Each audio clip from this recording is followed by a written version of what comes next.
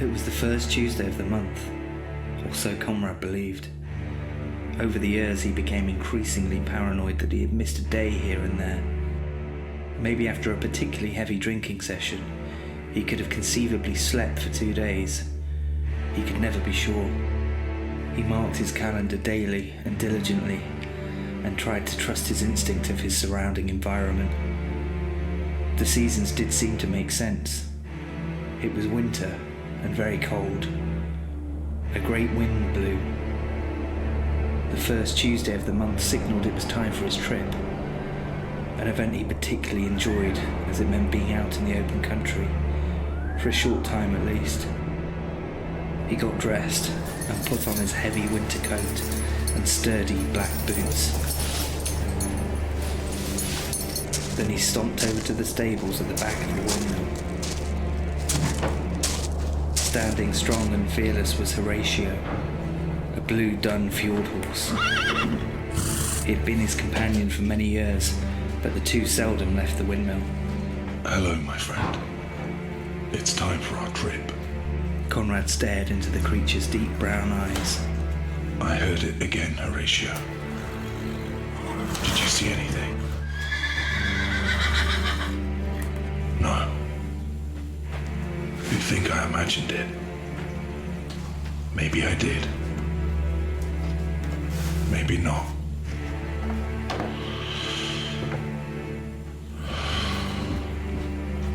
Let's go. Conrad tethered a large cart to the horse, which was now saddled. He got on and began to ride to their destination. Their path was ingrained in both their minds. The destination was like a strong magnet, pulling them over a great distance. The air filled both their lungs and nourished their souls. It was a taste of freedom, but it was never enough. The windmill was now out of sight, and onwards they continued. Over the fields, across the rivers, down the valleys. On and on they went until they reached the fjord.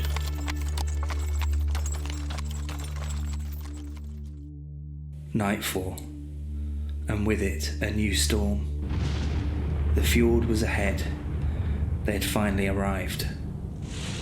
Conrad dismounted the horse and continued off on foot for the remaining few meters. The rain beat down hard on the fjord, and the darkness made it difficult for Conrad to see his final destination, the cove. Can you see it, Horatio? Ah, yes. There it is. Conrad led Horatio to the opening of the cove. It seemed ancient and forgotten. Conrad felt safe there. He always did. There was something about it. As he ventured further into the darkness, he eventually came upon his prize. A sizable wooden crate. A monthly lifeline. It contained food, clothing, messages, alcohol, books, tools and various other supplies. When Conrad first found himself at the windmill, he was promised his needs would be taken care of. He would not have to worry about the essentials of survival. He would be provided for as long as he needed. The drop-offs were always in the cove for everyone's protection. Conrad didn't mind the trip. It was a ritual that made him feel alive.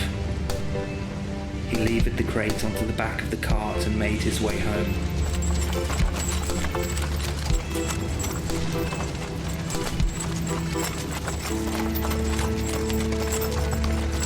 Conrad became weary on the return journey. His eyes heavy, his muscles ached, his head throbbed. I must rest, Horatio. We need rest. Horatio slowed to a standstill and Conrad lit a fire. He wouldn't normally stop. The risk of meeting a passing traveller, although small, was not something Conrad wanted to deal with. It could potentially get dangerous very quickly, but he had no choice. He shared some food with his trusted horse and then smoked his pipe. If he could just have a break, he was sure he would have the strength to get home.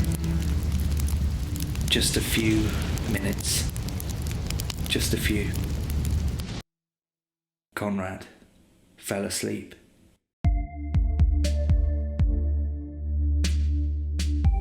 Klaus Finn spent 2 months at his brother Albert's mansion. It was not exactly rehab. They drank together most nights, but it was at least a form of therapy. They even became closer, but Klaus knew this was just a good way for Albert to shield him from the world's gaze. Albert spent this time subtly trying to plant the seed of optimism of Klaus working for him. This got less and less subtle over time, and eventually Klaus succumbed to the temptation of freedom. He was ready to be trusted again and put to good use.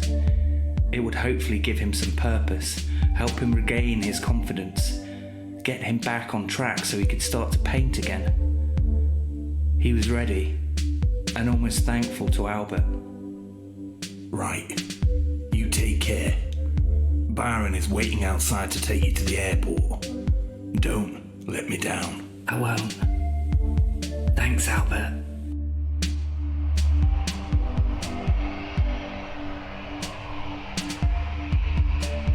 The flight was pleasant.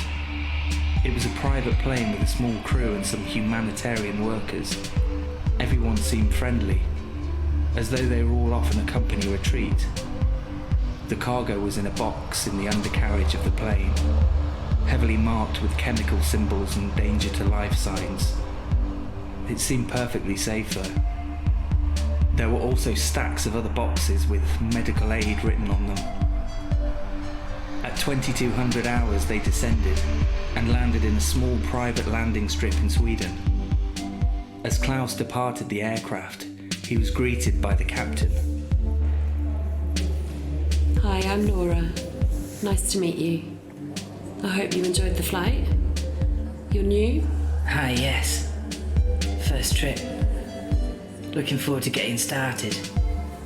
I'm not exactly sure where I need to be though. Your cargo will be delivered to the storage unit near the lodge. You'll spend the night there, and in the morning report to the stables where you'll be loaded up and off you go. I can't help you after that, I'm afraid. It's okay. I can take it from there. The crew finally entered the lodge and ate and drank into the early hours.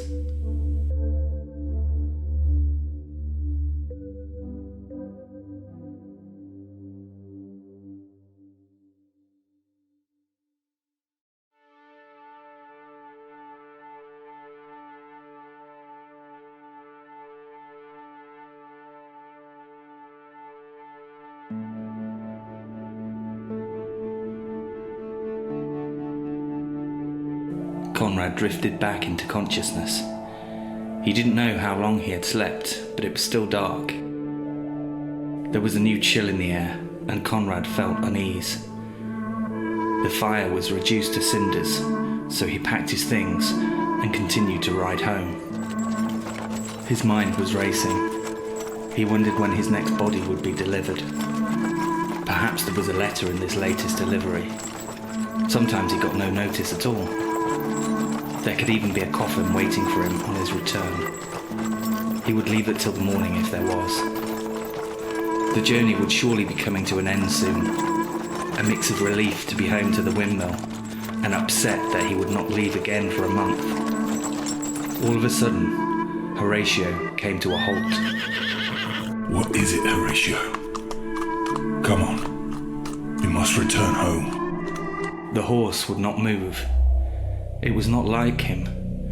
It was pitch black, so Conrad was unable to share the creature's fear. He dismounted to investigate.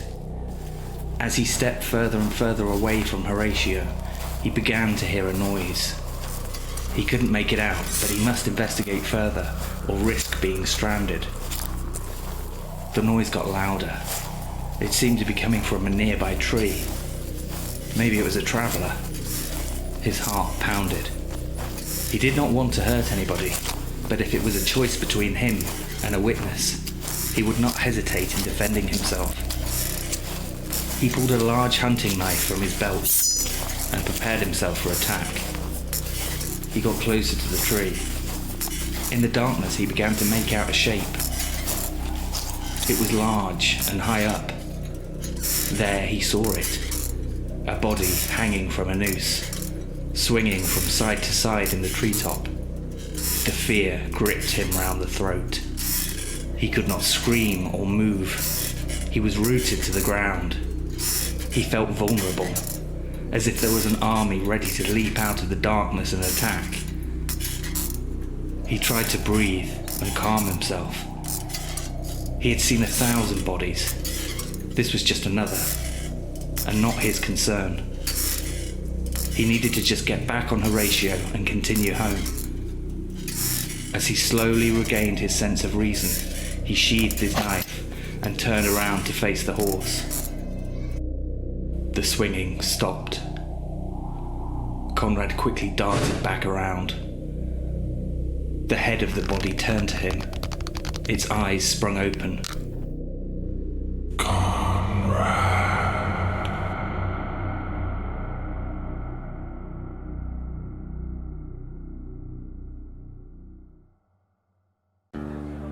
Klaus found himself at the bar in the lodge. A dangerous place for him to be. Maybe he should just go to bed. Or he could have a soft drink, just to be social. He should really introduce himself and get to know these people. After much back and forth, he decided he would stay, but just a water, and then off for an early night. Yes, that sounded really good to him, and he was excited to start his new job tomorrow. A new beginning, a new life. Double rum, please. Ice. The words just fell out of his mouth. He didn't even know it had happened. The alcohol had won again. He never stood a chance. Okay, fine, he decided. Just a few drinks, just to help settle him in his new environment, but nothing more. He couldn't let Albert down. He made a promise to change. He made a promise to Albert and to himself. He was better than that. The drugs were a thing of the past. He was over it. Albert is trying to lead the country after all. He's trying to make the world a better place. He couldn't have Klaus being an embarrassment again. He wouldn't let that happen. After a few double rums, his reasoning began to drift. As long as Albert didn't find out, then it wouldn't do any harm. It had been weeks since he got high. Maybe he could just have a little something. No, he shouldn't. Or could he? Just out of curiosity, he thought. Where could he get something from? Not that he was going to, but just in case. He racked his brain. Did he know anyone in Sweden? He didn't even speak the language. Could he get a phrase book from somewhere? The room started to violently spin, faster and faster. He felt like his head would explode. Hi, how are you? I'm Nora, the captain, remember? Yes, of course. Nora, how are you? Good, thanks. You look lonely up here, so I thought I'd come and join you. Yeah, sorry. It's been a long trip. I'm not usually this antisocial. I thought I'd try and get an early night. In the presence of company, Klaus calmed down. He was in a strange environment and he did secretly welcome the company. The two became friends quickly. Klaus could be very interesting when he wasn't off on another planet. They chatted for hours. So what's all this medical aid for? Ah, so you are him. What? The new guy. It's okay. I was pretty sure it was you. I'm usually good at picking them out. I don't know what you're on about. I'm just part of the delivery team. I've just got to take that chemical waste to a disposal unit. They keep you in the dark, don't they? I guess the less you know. Nice and remote, this chemical dump, is it? Well, yeah. They made me memorize this map. It's pretty far. I don't mind, though. I like the idea of going on a trip. Just me. And they told you not to mention the location to anyone? Yeah, apparently. It's a really ethical way of disposing of waste. But it's not made for mass use. Apparently, there's this terrorist group that are desperate to know the location. So you have to be careful. You should be careful. Stay away from lions. Klaus changed the subject. Deep down, he didn't want to know what he was getting himself in for. As far as he was concerned, he was doing the right thing for once, and that kept him motivated. He felt it best to not get too involved. It was just a temporary job after all, and not his concern.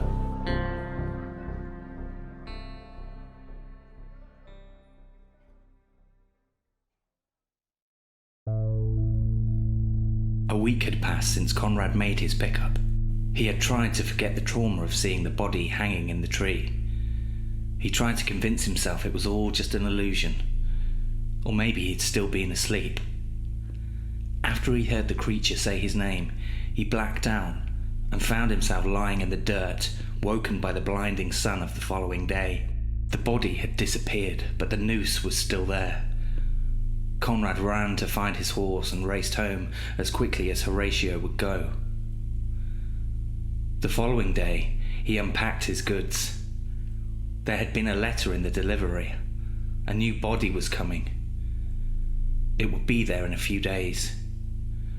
Conrad spent the day in the subterranean laboratory, making sure everything was clean and ready to use. As he worked, he heard a noise in the distance. He ignored it and carried on with his duties. A few minutes later, there it was again. It was a very old windmill. It swelled and creaked like an old ship rusting at sea. This did seem unusual, though. He stopped what he was doing to try and focus his senses. It seemed to be coming from upstairs. He waited further still. A few minutes went by and nothing. Probably just the wind. He continued to clean his tools. They needed to be sharp for the upcoming dissection. That wasn't the wind.